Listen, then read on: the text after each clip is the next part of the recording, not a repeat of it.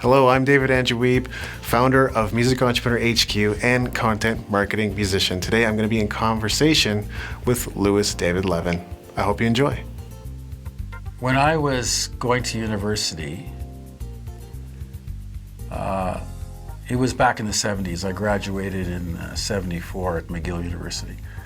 Then I took a year off, and then I did the Jack Kerouac thing. I backpacked it all over Europe. And that was really, really cool. And I went to, I don't know, more than a dozen countries, and it was a wonderful learning experience. I ended up living in Holland, and I spent half a year in Rotterdam. It was really fun. And I learned how to speak some Dutch, and it was wonderful. But I met this person, and long story short, they introduced me to Autobiography of a Yogi.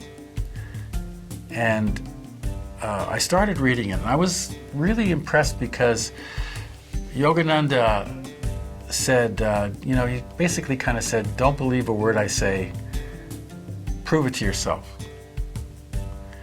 And because I was trained in critical thinking by going to university, I thought, wow, that's impressive. That was like a dare, it was like throwing down the gauntlet. So long story short, I started to meditate. I didn't have any techniques, didn't know anything.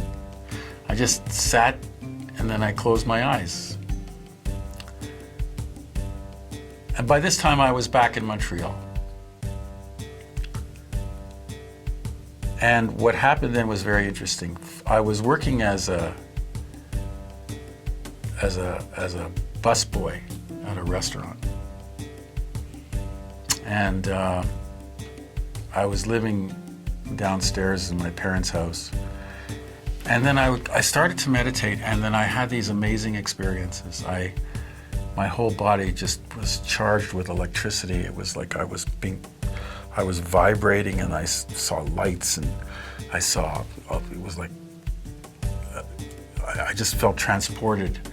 It was, for somebody who didn't know what was going on, it was kind of wonderful and strange at the same time.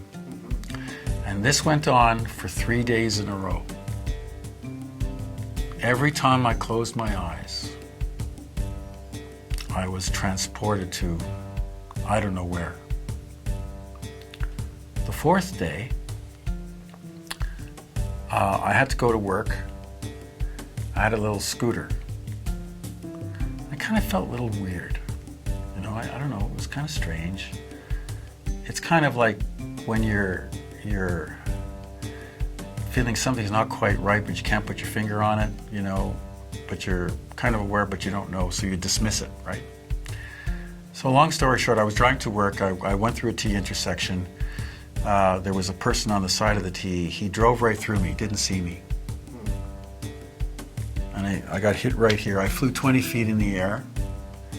I landed on the hood of another car, which broke my fall. Otherwise, I would have been dead. I went into shock. I went into medical shock. And fortunately, I was only like 5 minutes from the hospital. I remember the paramedic lifting my head, and I was like drunk, like in shock, just didn't feel any pain. And I was just blood everywhere, broken bones. A long story short, it took 2 years for me to fully recover, not fully recover, but get back, right? And it was a series of operations and so on. And I came to understand that those experiences were given to me for a reason, to encourage me.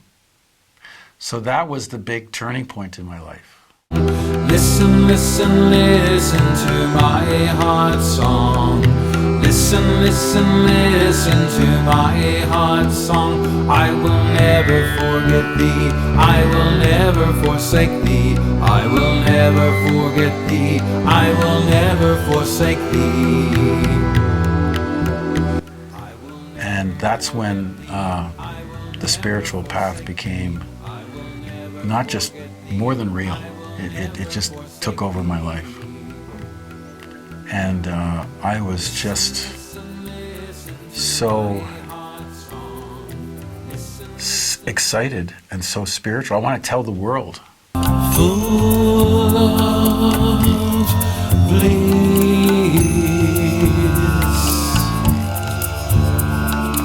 giving joy, transcendent. Because it was really a profound, life-changing experience for me. And I've never looked back, and I've never been the same since. And it's only gotten better by a huge amount. It just keeps getting better and better and better and better. And I just have to, it's just all of me. It's in me.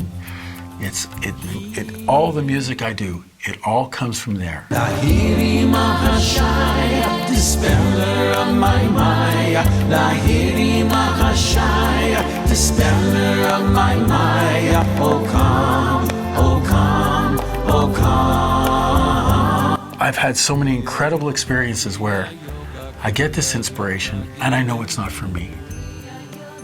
It just comes in, I say, oh, you want me to write that? Right? And it's like I'm a machine, and it's coming. It comes right through me. And I've had experiences where I've had literally chills. And I've broken into tears over the experience of writing music because of the existential experience I had while I was writing it, quite tangibly, where I knew I had very little to do with it. It was, you want it? Here. There it is.